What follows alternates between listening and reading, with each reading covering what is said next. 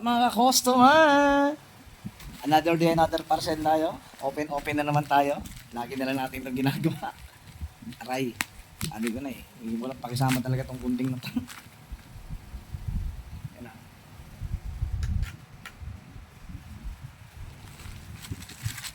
Ayun, dumating na yung ating mga bullet sinker. Ito ang ating mga bullet sinker na 5 piraso. Yan natin. Wala kasi yung ano nito eh. Wala nakasulat kung ilan eh. Pero palagay ko mga 40 to eh. Mga 40 pounds. 40 pounds to. Kasi yun ang in-order ko eh. Ayan o. Mga bullet sinker. 40 pounds.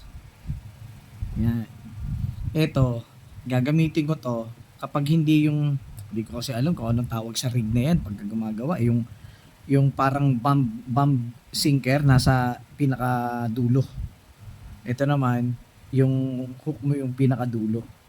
Tapos andito meron kang bead at saka stopper. Tapos hook. Tapos floater sa taas nito. Diba? Pero may bead din dito, syempre. Bead dito, stopper, hook. Diba?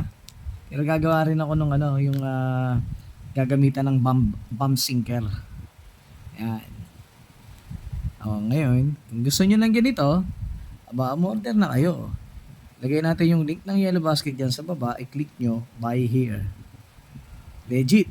Maraming salamat. Salamat sa panonood. Huwag kalimutang i-follow, subscribe at i-like ang video na ito. Mag-comment ka rin kung may mga tanong ka. Malaking tulong ang suporta mo sa akin bilang content creator. Have a great day and thanks again.